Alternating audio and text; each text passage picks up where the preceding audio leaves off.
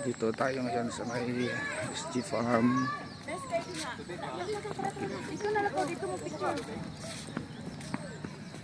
Makikita natin yung Mount Matutom.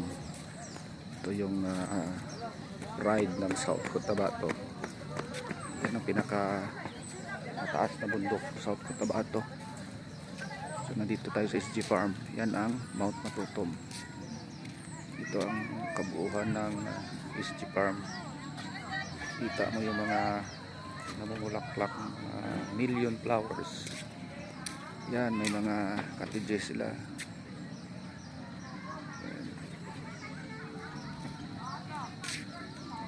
Yan.